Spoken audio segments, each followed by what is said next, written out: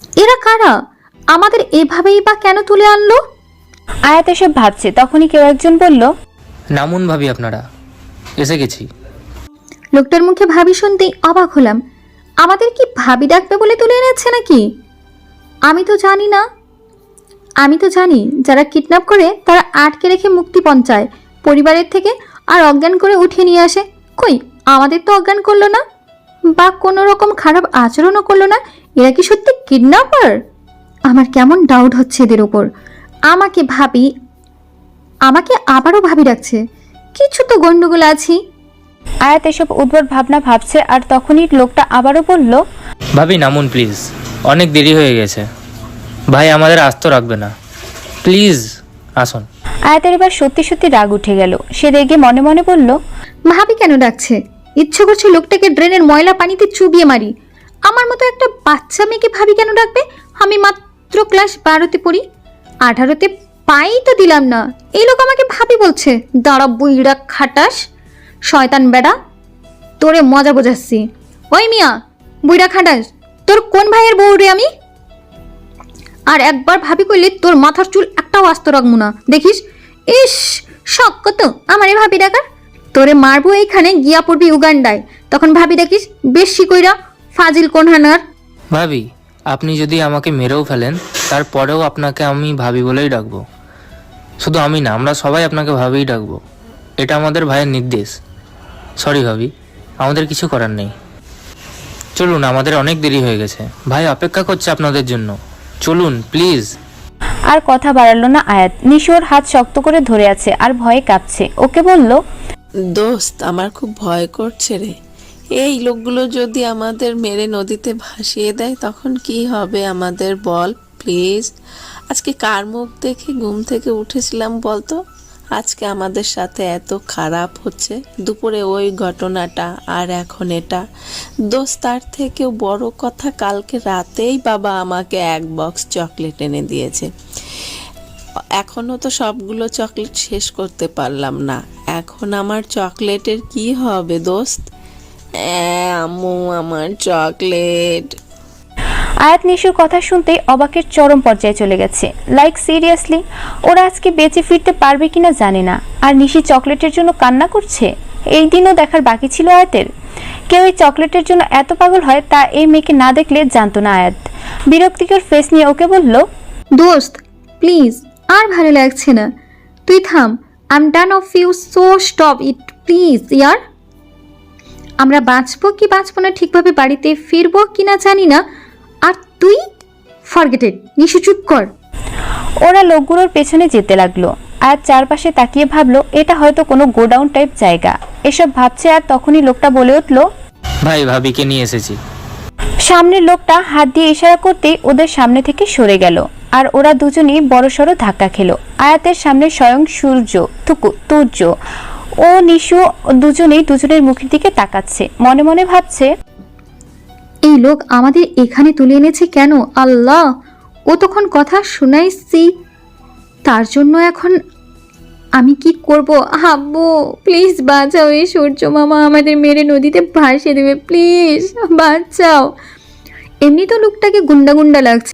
পরনে গ্যাভার্ডিং এর pant, off white black shirt, তাও আবার হাতা ফোল্ড করা, একটা দিক ইন করার মতো করে গুজা আর একটা দিক ছাড়া।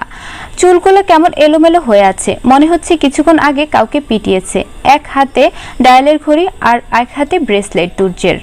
রনি আমার সামনে থেকে সরতেই আমি আমার পিচ্ছি মায়াবতীকে দেখে, পরনে ব্ল্যাক কালারের লং থ্রি পিস, মাথায় অ্যাশ কালারের হিজাব, ওড়নাটা এক সাইডে করা, হাতগুলো পশমের জন্য ফুটে উঠেছে। আরো বেশি মায়াবিনী লাগছে আমার মায়াবতীকে দেখতে। মায়াবতীর কথায় আমার ধ্যান ভাঙে। প্লিজ তুর্য ভাইয়া, আমাদের মারবেন না। আমি আর কখনো আপনাকে আজাইরা ফাউল লোক বলবো না, প্লিজ। আমি আপনাকে এক বক্স 2 বক্স চকলেট দিব। আপনার তো চকলেট অনেক পছন্দ, ঠিক নিশুর মতো, তাই না? প্লিজ ভাইয়া, আমাদের মারবেন না। ওর কথা শুনে তুর্য হাসবে নাকি কাঁদবে বুঝতে পারছে না। আয়াত চকলেট ঘুষ দিচ্ছে ওদের না মারার জন্য। কি করে ওকে বলবে ওকে মারার আগে নিজেই মরবে? তুর্য ওর গায়ে ফুলের টোকাও সহ্য করবে না। আর ও ভাবছে ওকে মারার জন্য এনেছে।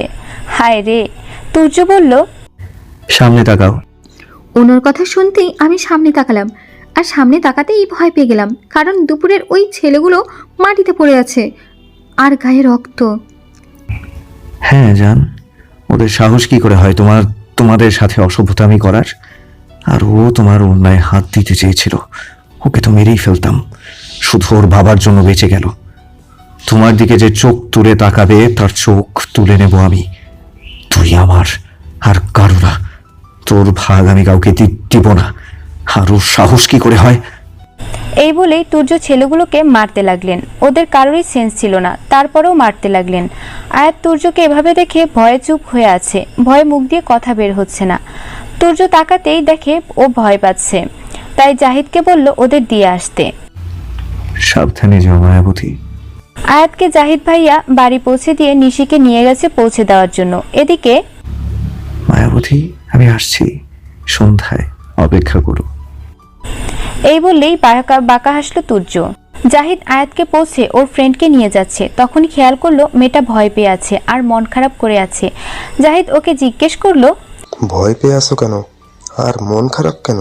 আমরা তো তোমাদের সাথে খারাপ আচরণ করিনি, তাহলে মন খারাপ কেন? আসলে ওই ব্যাপারটার জন্য মন খারাপ না জানু, আমার উপর রাগ করেছে আর ওর রাগ সহজে ভাঙানো যায় না, তাই মন খারাপ করে আছি। জাহিদ ওর কথা শুনতেই অবাক হয়ে বলে, এইটুকু একটা মেয়ে, এর বয়ফ্রেন্ডও আছে? কি করে তোমার বয়ফ্রেন্ড? নিশু বয়ফ্রেন্ডের কথায় ভ্রু কুঁচকে তাকালো। কি বলছে এসব? মাথার কি প্রবলেম আছে নাকি এর? বয়ফ্রেন্ড মানে কার বয়ফ্রেন্ড? কার কথা বলছে? কেন, একটু আগেই তো বললা তোমার জানু রাগ করেছে। তুমি তোমার বয়ফ্রেন্ডকেই তো জানু বললা, তাই না? ওই মিয়া, মাথায় এত আজাইরা চিন্তা ঘোরে কেন? বয়ফ্রেন্ডকেই জান বলতে হবে? এটা কোথায় লেখা আছে? আমি আমার আয়ুকে জানু বলি, ও আমার বেস্ট ফ্রেন্ড, তার থেকেও বোন বেশি। আমরা দুইজনে দুইজনের কলিজা। আর আপনি কি সব ভাবছেন? যত সব আজাইরা ফাউল লোক। কোহানকার নিশ্চয়ই মাথায় সমস্যা আছে, আপনার ডক্টর দেখাইবেন। আমি আসলে বুঝতে পারি নাই যে তুমি ভাবিকে জানো বলছো, সরি। তাই তোমার জানো, ভাবি রাগ করেছে কেন? আসলে তখন জাহিদকে তখনকার কথা খুলে বলল নিশি, আর তাকিয়ে দেখে উনি হাসতে হাসতে পেট ধরে বসে পড়েছে। লাইক সিরিয়াসলি নিশি, কেউ চকলেটের জন্য এত পাগল তোমাকে না দেখলে সত্যিই বিশ্বাস করতাম না। হা হা হা। দেখেন, এমনি মাথা খারাপ, ভেবে পাচ্ছি না কিভাবে মেহুর রাগ কমাবো, আর আপনি মজা করছেন, তাও আবার আমার চকলেট রে নিয়া। এত বড় সাহস আপনার কপালে বউ জুটবে না। না না, জুটবো, একটা শাক চূর্ণ জুটবো, আর আপনার গাড়ে বসে গাড় মটকাইব। হাজাইরা লোক। ওই মিয়া, আমার পৌঁছে দেওয়া লাগবে না, সরেন। ফাজিল পাবলিক ওয়ানকার। আমার চকলেট রে অপমান, আমারে আপনারে আমি দেইখানি মু। পরে কেন নিশুমনি, আমি তো তোমার সামনেই আছি, এখনই দেখো। I have no prob baby. দিলাম চোখ টিপে। এই কথা শুনেই নিশির আগে গজগজ করতে করতে চলে গেল। জাহিদ তখনও হাসছে। এদিকে মেহু বাড়িতে ঢুকে মাকে জড়িয়ে ধরে কান্না করতে করতে হেঁচকি তুলে ফেলেছে, তবুও কান্না থামছেই না। সবার জানার স্বার্থে বলি, নায়িকার নাম আয়েশা আয়াত মেহেক, তাই কোথাও আয়ু বা কোথাও মেহু বলে বোঝানো হয়েছে, আর নিশিকে নিশু বলা হয়েছে। চলুন গল্পে ফিরি। কি হয়েছে মামনি? কান্না করছিস কেন? বল আমাকে, কি হয়েছে? বল শোনা মা আমার, কাঁদে না, বল মা। আয়াত মাকে সব ঘটনা শুরু থেকে শেষ পর্যন্ত বলল। দেখলো মা কিছুটা ঘাবড়ে গেছে। মিহু, আমার বিষয়টি ভালো লাগছে না। তুই চিন্তা করিস না, তোর বাবা আসুক, দেখছি ব্যাপারটা। তুই গিয়ে ঘুমা, একটু ভালো লাগবে। ওকে আম্মু। এই বলে ঘরে গিয়ে ফ্রেশ হয়ে খাটে শুতেই ঘুমিয়ে পড়ল মেহু। আম্মু কিছুক্ষণ পরে গিয়ে দেখে মেয়েটা ঘুমিয়ে গেছে। ওর মাথায় হাত বুলিয়ে ভাবছে, মা রে, আমার বিষয়টি ভালো লাগছে না রে।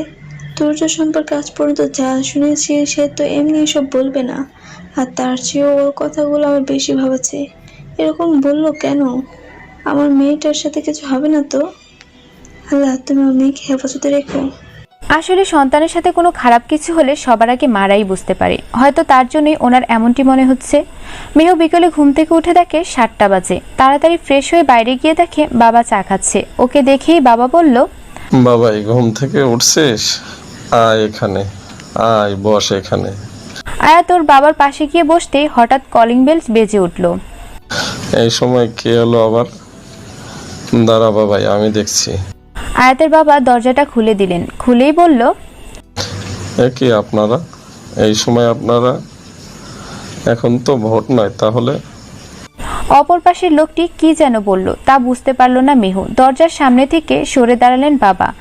সরে দাঁড়াতেই লোকগুলো ঘরের ভিতর ঢুকে পড়ল। প্রায় 25 জনের মতো। এদের মধ্যে দুজনকে দেখে আয়াতের চোখ কপালে, একজন তুর্য আর একজন জাহিদ।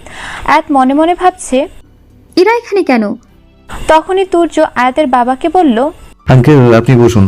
আর আজকে আমি ভোটের জন্য আসিনি, তার থেকে অনেক গুরুত্বপূর্ণ একটা বিষয় নিয়ে এসেছি। কি বিষয়? ততক্ষণে আয়াতের মাও এসে গেছে। ওনাদের দেখে বলল, এ কি আপনারা? বলতেই মাকে ইশারায় থামতে বলল। মাও চুপ হয়ে গেল। আঙ্কেল দেখেন, আমি হেয়ালি করে কিছু বলতে পারি না, তাই সোজাসুজি বলছি। আমি আপনার মেয়েকে ভালোবাসি, বিয়ে করতে চাই, এবং এই মুহূর্তেই। এখন আপনার মতামত বলুন। তুর্য এই কথাতেই আয়াতের আম্মু স্তব্ধ হয়ে গেলেন। মনে মনে বললেন, ঠিক এই ভয়টাই পাচ্ছিলাম। আর এইদিকে আয়াত তো তুর্যের কথায় পুরো শকড। আপনি ভাবলেন কি করে আপনার মতো একটা গুন্ডার সাথে আমার মেয়ের বিয়ে দেব? আপনাকে সবাই ভয় করে বলে ভাববেন না যে যখন যা বলবেন তাই মেনে নেব। আমি কিছুতেই আমার মেয়েকে আপনার সাথে বিয়ে দেব না। আপনার কথা বলা শেষ হলে আপনারা আসতে পারেন। বাবা এই কথা বলতে তুর্য হু হা করে হেসে উঠল। আমি তো জানি শ্বশুর বাবা, আপনি এত সহজে মেনে নেবেন, তাই সব ব্যবস্থা করেই এসেছি। জাহিদ। জাহিদকে ইশারা করতে ওরা বাবা মাকে ধরে ফেলে মাথায় বন্দুক তাক করে আয়াতকে উদ্দেশ্য করে বললেন, জান, আমি জানতাম যে আমার শ্বশুর এত সহজে মানবে না, তাই এই ব্যবস্থা। এখন তুমি বলো, বিয়ে করবে না আমি ওনাদের? মা, তুই ওর কথায় কান দিবি না প্লিজ। ও কিছুই করবে না। তুই ওর কথায় রাজি হবি না প্লিজ। বাবার কথায় তুর্য ভিলেনের মতো হাসতে শুরু করলেন। জান, তোমারও কি তাই মনে হয় আমি ফাঁকা আওয়াজ দিচ্ছি? দুপুরের ডেমোটা কি ভুলে গেলে নাকি? দেখেছিলে ছেলেগুলোর কি অবস্থা করেছিলাম? আমি আর কিছুই ভাবতে পারছি না। আমি যদি ওর কথায় রাজি না হই, তবে ও মা বাবার ক্ষতি করে দেবে। আমি কিছু না ভেবেই বললাম, ঠিক আছে আমি রাজি, তবে আমার একটা শর্ত আছে। বলো জান, কি শর্ত? আমি তোমার সব শর্তে রাজি, বলো তুমি। আমি আপনাকে বিয়ে করব ঠিকই, কিন্তু আজকে না, আমার পরীক্ষার পরে। বলুন আপনি রাজি কিনা? ওকে, কিন্তু আজকে আমাদের রেজিস্ট্রি হবে। তোমার এক্সামের পর ধুমধাম করে বিয়ে হবে। চিন্তা করো না, তুমি ততদিন তোমার বাবার বাড়িতেই থাকবে। বলো রাজি আমার কথায়? ওকে আমি রাজি। আমার বাবা মাকে ছেড়ে দিন এখন। তুর্য ইশারা করতেই বাবা মাকে ছেড়ে দিল। মা আয়াতকে জড়িয়ে কাঁদছে, আর বাবা চুপ করে আছে। তুর্যর মাকে একটা প্যাকেট দিয়ে বলল, ওকে, রেড করে আনো। মা আমাকে ভিতরে নিয়ে এসে লাল একটা জামদানি শাড়ি আর হালকা সাজগোজ করে বাইরে নিয়ে গেল। ততক্ষণে রেজিস্টারও এসে গেছে। তুর্য আমাকে ওর পাশে বসিয়ে পেপারে সাইন করতে বলল। আমি চুপ করে বসে আছি। সাইন করছি না দেখেই জাহিদকে ইশারা করলেন। উনি ইশারা করতেই আবার বন্দুক তাক করলেন। তা দেখেই আমার চোখ দিকে পানি গড়িয়ে পড়তেই ধরে নিলেন আর বললেন, তোমার সবকিছুই আমার, তোমার চোখের পানিও। তাই আমার জিনিস নষ্ট করার অধিকার তোমার নেই। আয়াত কিছু না বলে সাইন করে দিল। ভাবছে এটা হয়তো ওর জন্য। আমার ভাবতেই অবাক লাগছে যে আমার বিয়ে হয়ে গেল, আর সেই ব্যক্তির সাথে যাকে কিনা আমি সহ্যই করতে পারি না। যদি আমার বাবা মাকে বন্দি না করতো, তাহলে কখনোই আমি নেতা নামক গুন্ডাটাকে বিয়েই করতাম না। আমার বিয়ে নিয়ে কত স্বপ্ন ছিল, এভাবে যে সব কিছু নষ্ট হয়ে যাবে ভাবিনি। কিছুতেই আমি এই গুন্ডাটাকে স্বামী হিসেবে মেনে নিব না, কিছুতেই না। আয়াত ভাবনায় বিভোর। ঠিক তখনই তুর্য বলল, জান, আমাদের বিয়ে তো হয়ে গেছে, চলো এখন বড়দের দোয়া নেই, চলো একসাথে সালাম করি। আয়াতের হাত ধরে বাবার সামনে নিয়ে গেল। ও যেন কোনো রোবট, তুর্যর হাতের পুতুল। আয়াতের যেন কোনো ইচ্ছেই নেই। আজকের পর থেকে এই লোকটার কথা শুনেই চলতে হবে। এটা ভাবতেই ওর চোখ থেকে দুফোঁটা পানি গড়িয়ে পড়ল। ওরা যখন সালাম করতে যাবে তখনই আয়াতের বাবা সরে গেল। তুমি ভাবলে কি করে যে তোমাকে আমি আমার মেয়ের স্বামী হিসেবে মেনে নেব? এটা ভুলেও ভেবো না, তোমাকে কখনোই আমি জামাই হিসেবে মেনে নেব না। আমাদের আটকে রেখে আমার মেয়েকে ভয় দেখিয়ে বিয়ে করেছো শুধু। আমি কেন? কোনো বাবা মাই চাইবে না তার কলিজাকে কোনো গুন্ডা মাস্তানের সাথে বিয়ে দিতে। তোমার কাজ হয়ে গেছে, এখন তুমি আসতে পারো। দরজাটা ওইদিকে। হাত দিয়ে দরজা দেখিয়ে আয়াত বাবার দিকে একবার তাকাচ্ছে, আরেকবার তুর্যর দিকে। কি ভয়ঙ্কর রেগে আছে তুর্য, আর হাত দুটো মুঠো করে রেখেছেন। কপালের রগ ফুলে আছে, চোখ দুটো ভীষণ রকমের লাল হয়ে আছে। এখন তুর্যকে পুরো হিংস্র পশুর মতো লাগছে। বাবার দিকে তাকাতেই আয়াত আরও অবাক হলো, কেননা আমি আমার 18 বছর বয়সে এত রাখতে দেখি নেই। হয়তো আমার সাথে হওয়া ঘটনাটা উনি কিছুতেই মেনে নিতে পারছেন না। মানবেনই বা কী করে? বাবা যে তার জীবনের সব থেকে বেশি ভালোবাসে আমাকে। আয়াত এসব ভাবছে, আর তখনই তুর্য বলে উঠল বাবাকে উদ্দেশ্য করে, শ্বশুর মশাই, আপনি মানুন আর নাই মানুন, আপনার মেয়ে আইনত আর ধর্ম মতে আমার বিবাহিত স্ত্রী। তাই আপনার মানায় আমার কিছু যায় আসে না। আর আজকে তো আমি যাব না, আজকে আমি আমার বউয়ের সাথে থাকবো। আপনি চাইলেও থাকবো আর না চাইলেও থাকবো। মা, আপনি মেহেককে ঘরে নিয়ে যান, আমি একটা কাজ সেরে আসছি। এই বলেই তুর্য বেরিয়ে গেল। আম্মু আয়াতকে ঘরে নিয়ে খাটে বসিয়ে ওর পাশে বসলেন আর বলল, হ্যাঁ, তোকে একটা কথা বলি, যেভাবে হোক বিয়ে হয়ে গেছে, তুই ওকে মেনে নে মা। আয়াত আম্মুর দিকে তাকিয়ে বলল, কিভাবে মানবো মা? উনি আমাকে জোর করে বিয়ে করেছেন, আর উনি বলল উনি আমাকে ভালোবাসে। কেউ ভালোবাসলে জোর করে বিয়ে করে বলো? আর তার থেকেও বড় কথা, ওনার সাথে আমার মাত্র 2 দিন দেখা হয়েছে। 2 দিনে কাউকে ভালোবাসা যায়? মা দেখ, আমি মানছি যে ওর এভাবে বিয়ে করা ঠিক হয়নি। আর ভালোবাসার 2 দিন তো অনেক সময়, এক মুহূর্তের মধ্যে ভালোবাসা হয়। আমি ওর চোখে তোর জন্য ভালোবাসা দেখেছি, ওর চোখে তোকে হারানোর ভয় দেখেছি। যদি ওর ভালোবাসাটা মিথ্যে হতো তাহলে তোকে হারানোর ভয় থাকতো না। আর জোর করে বিয়ের কথা বলছিস, যদি ও বিয়ের প্রস্তাব পাঠাতো তবে কি আমরা মেনে নিতাম? কখনোই না। তোর বাবা মরে গেলেও এই বিয়ে দিত না। কোনো মাই চায় না যে তার সন্তানের জীবন কোনো অনিশ্চিত জীবনের সাথে জড়াক। তুই একবার ভেবে দেখিস, তোকে জোর করবো না। কোনো সম্পর্ক জোর করে হয় না। তুই ভাব, তোর হাতে অনেক সময়, আমি ঘরে খাবার পাঠিয়ে দিচ্ছি, তোর চাইলে খেয়ে নিস। এই বলে আম্মু বেরিয়ে গেলেন। আমি কিছুই বললাম না। আমি বড্ড ক্লান্ত, কোনো কিছু ভাবতে ইচ্ছে করছে না। তাই বাথরুমে গিয়ে গোসল করলাম অনেকক্ষণ, কারণ শাড়ি পরে ঘুমাতে পারবো না। একটা ব্ল্যাক প্লাজো আর একটা শর্ট টপ নিলাম। গোসল করে এসে চুল মুছতে মুছতে বেরিয়ে দেখি তুর্য খাটের ওপর বসে আমার দিকে তাকিয়েছে নেশা ভরা চোখে। ওকে দেখি তুর্য পুরো কতটা স্নিগ্ধ লাগছে, মনে হচ্ছে যেন সদ্য ফোটা ফুল, ভোরের শিশিরের মতো সতেজ। তুর্য এক অজানা ঘোরের মধ্যে চলে যাচ্ছে, আস্তে আস্তে আয়াতের দিকে এগিয়ে যাচ্ছে। ওর কাছে গিয়ে ওকে ধরে নিজের কাছে টেনে আনলো, কানের কাছে ফিসফিসিয়ে বলল, কি আছে তোমার মাঝে বলো, যেটা আমাকে এতটা টানে, যা চাইলেও আমি এড়িয়ে যেতে পারি না?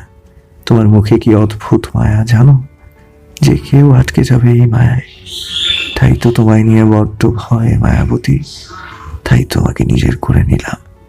এখন কিছুটা হলেও এই ভয় কমবে। তোমাকে বড্ড বেশি ভালোবেসে ফেলেছি মায়াবতী, তোমার মায়ায় আটকা পড়েছি আমি। তুর্য কাছে আসায় আয়াত জমে যাচ্ছে, কারণ প্রথম কোনো ছেলে ওর এত কাছে। তুর্যকে বলল, প্লিজ সরুন, আমাকে যেতে দিন। এই কথা বলতেই তুর্য ওর দিকে তাকাতেই দেখে চোখ মুখ খিচে চোখ বন্ধ করে আছে। তুর্য বুঝতে পারলো তার মায়াবতী লজ্জা পাচ্ছে, তাই তুর্য আর কিছু বলল না, প্রসঙ্গ পাল্টাতে বলল, যাই বলো জান, তোমাকে এভাবেই কিন্তু বেশ সুন্দর আর হট লাগছে। আয়াত চোখ খুলতেই তুর্য একটা চোখ টিপ দিল। ও তো নিজের দিকে তাকাতেই লজ্জায় শেষ। আয়াত ওড়না নিতেই ভুলে গেছে, তুর্যকে ধাক্কা দিয়ে তাড়াতাড়ি ওড়নাটা গায়ে জড়িয়ে নিল। আয়াত তুর্যর দিকে তাকাতেই দেখে মিটমিট করে হাসছে। এভাবে বলদের মতো হাসছেন কেন? পাগল হয়েছেন নাকি? আরে এখানে কেন? আপনি নিজের বাসায় যান। আপনাকে তো বলেছিলাম আমার এক্সামের পরে আপনার সাথে থাকবো, তাহলে এখানে কেন? যান, বেরোন এখান থেকে, আমি ঘুমাবো। আয়াত বলা শেষ করতে তুর্য বললেন, জান, আজকের দিনটা আমি থাকবো, প্রমিস কিচ্ছু করব না। আজকের দিনটা থাকবো শুধু। আজ তুমি না খেয়ে ঘুমাবে মানে খেয়ে ঘুমাও। আম্মু খাবার দিয়ে গেছে, খেয়ে নিতে বলেছে আমাদের। আসো, খাইয়ে দিচ্ছি আমি। আমি খাবো না, আপনার ক্ষুধা লাগলে আপনি খান, আমি ঘুমাবো। এই বলে তুর্য টেনে নিয়ে কোলে বসিয়ে মুখের কাছে খাবার ধরে বলল, খাও, না খেয়ে কেমন শুটকি মাছ হয়ে গেছো। আমার গুলু গুলু বউ দরকার। আয়াত বলল, তো গোলুমলু কাউকে বিয়ে করেন আমাকে ডিভোর্স দিয়ে। কথা বলে তুর্য দিকে তাকাতে আয়াতের ভয়ে আত্মা উড়ে যাওয়ার অবস্থা। তুর্য ডিভোর্সের কথা শুনতেই মাথা খারাপ হয়ে গেল। ওর মুখ চেপে ধরে বলল, তুই যা বলবি সবই শুনবো, কিন্তু আমাকে ছেড়ে যাওয়ার কথা বললেই আমার থেকে কেউ খারাপ হবে না। আর যেন তোর মুখে এই কথা না শুনি। এই বলে আয়াতকে খাইয়ে দিল। তুর্য অল্প করে খেলো। আয়াতকে বলল, ভয় নেই, কিছু করবো না, ঘুমাও। আমি চোখ বুঝতেই কেউ আমাকে আষ্টে পিষ্টে জড়িয়ে ধরল। বুঝতেই দিলাম এক চিৎকার, আম্মু! তখন কেউ মুখ চেপে ধরল। আয়াত বুঝলো সেটা আর কেউ না, তুর্য। ফিসফিস করে বলল, মায়াবতী, এভাবে চেঁচিয়ে সবাইকে জানাতে যাচ্ছ আমি তোমার সাথে উল্টাপাল্টা কিছু করেছি? কিন্তু আমরা তো কিছু করিনি, সেটা শুধু তুমি আর আমি জানি, অন্য কেউ তো জানে না। তাই চেঁচামেচি করবে না বলো। মুখ ছাড়লে কি হলো বলো? এটা কি আহাম্মক নাকি? মুখ চেপে ধরে বলছে কথা বলতে ইচ্ছে করছে না, একে তো ছাদ থেকে ফেলে দেওয়া উচিত। এই বুদ্ধি নিয়ে কি করে নেতা হলো? আমি করছি সেটা দেখেও কি বুঝতে পারছে না আমার কষ্ট হচ্ছে? চোখ দিয়ে ইশারায় বুঝালাম মুখ ছাড়তে। তুর্য ইশারা করতে বুঝলো ওর মায়াবতীর কষ্ট হচ্ছে, তাই তাড়াতাড়ি হাত সরালো। কিন্তু ওর কথা শুনে তুর্য বেকুব বনে গেল। ওই মিয়া, আপনি কি কানা নাকি যে দেখেন নাই আমার কষ্ট হচ্ছে? বলেত কোন হানগার, এই বুদ্ধি নিয়ে আর নেতা হয়েছেন কেমনে? মাথায় সব দুষ্টু বুদ্ধি, তাই না? কাজের কাজ যে একটাও করতে পারেন না এটা তার প্রমাণ। বেটা ছাগল বলো, তোর ছাদ থেকে ফেলাই দিমু, ফাজিল কোন খানগার। আর একটু হলেই ময়রা যেতাম আমি।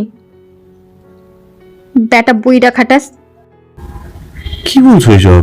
এই মেয়ে, আমি ফাজিল বলদ? আমি আমার বুদ্ধি নেই? Like seriously? যার সামনে সবাই কথা বলতে ভয় পায় তাকে এসব বলছো? আমি নাকি বুইরা? মেয়েরা তুর্য বলতে পাগল, আর এ আমাকে বুড়ো বলছে। আমি হাসবো নাকি কাঁদবো বুঝতে পারছি না। তুমি কি সব বলছো? আমি বুড়ো? কই, মাত্র 25। এখনো তো বাচ্চা হলো না, নাতি নাতির মুখ দেখলাম না, আর আমাকে বুড়ো বানিয়ে দিলে। সে আমি বুড়ো হই আর ছোড়াই হই, আমি তো তোমারই, তাই না? তুর্যর কথায় আয়াত প্রচুর বিরক্তি নিয়ে বলল, কি হয়েছে, ঘুমাতে দিবেন না নাকি? আজব মানুষ তো, ঝগড়া করার জন্য তুললেন নাকি? আজাইরা ফাউল লোক, সরেন, আমার পিছে পিছে আসবেন না। এই বলে অন্যটা গায়ে জড়িয়ে কভার থেকে আমার গিটারটা নিয়ে ছাদে এলাম। এ কি, মায়াবতী গিটার বাজাতে পারে নাকি? এই মেয়ে তো দেখি অলরাউন্ডারও, হতেই হবে। আমার বউ বলে কথা। দেখি কই গেল আমার পিচ্ছি বউটা। আজ ছাদে চলে এলো। এক কোণে বেতের চেয়ার আর মাঝারি টেবিল, গিয়ে বসলো। আসলে ওর মন খারাপ হলে গিটার বাজায় আর মন ভালো হয়ে যায়। গানও গায় মাঝে মাঝে, তাই গিটারের সুর তুলতে থাকলো। তখনই কেউ বলল, বাহ, আমার বউ তো খুব ভালো গিটার বাজায়। আয়াত ঘুরে দেখে তুর্য হেলান দিয়ে দাঁড়িয়ে আছে। না, এটা আমার শখ না, মন ভালো না থাকলে এটা বাজায়। এটা বলতে তুর্য চেয়ারে এসে বসলো। বউ, আরেকটা সুর তুলবো ওই গিটারে? প্লিজ, আমি গান গাইবো। প্লিজ, না করে না, জাস্ট একটা। ওকে, কি গান বলুন, আমি সুর তুলছি। আয়াত পুরো অবাক, এই ছেলে এত ভালো গান গায়। পুরোটা সময় ওর দিকে চেয়ে গান গাইলো। গান যদি কেউ মন থেকে গায় তবেই সেই গান সবার ভালো লাগে, আর যে মন থেকে ভালোবাসে গান গায় সে কখনোই খারাপ হতে পারে না। এই লোকটা পুরোটাই রহস্য। কেন এমন হলো এই লোকটা? এসব ভাবতে ভাবতে তুর্যর কথায় ধ্যান ভাঙলো। কি ভাবছো জান, ভালো হয়নি? আসলে অনেকদিন গাই না তো তাই, কিন্তু তোমার গিটার বাজানোয় আর আটকে থাকতে পারলাম না। না না, কি বলছেন, অনেক ভালো গেয়েছেন আপনি। তাই তোমার ভালো লেগেছে? জানো, একজন আমার গানকে অনেক পছন্দ করত। আনমনেই বলে উঠল তুর্য। আয়াত ভ্রুকুচকে বলল, কে সে? দেখলো মুহূর্তেই ওর মুখ শক্ত হয়ে গেছে, চোখ দুটো ভয়ঙ্কর লাল হয়ে গেছে। আয়াত আতকে উঠে বলল, কি হয়েছে? এমন কি বললাম আমি? তুমি কখনো আমার অতীত সম্পর্কে জানতে চাইবে না, বুঝেছো? ওকে ছেড়ে দিয়ে চলে গেল। বাইরে গিয়ে সিগারেট খাচ্ছে আর ভাবছে নিজের অতীত। অতীতটা যে আগুনে পোড়া মায়াবতী, তুমি জানলে আমার সাথে আর থাকবে না। আমি যে তোমাকে ছাড়া বাঁচতে পারবো না। তোমাকে কিছুতেই আমার অতীত সম্পর্কে জানতে দিব না।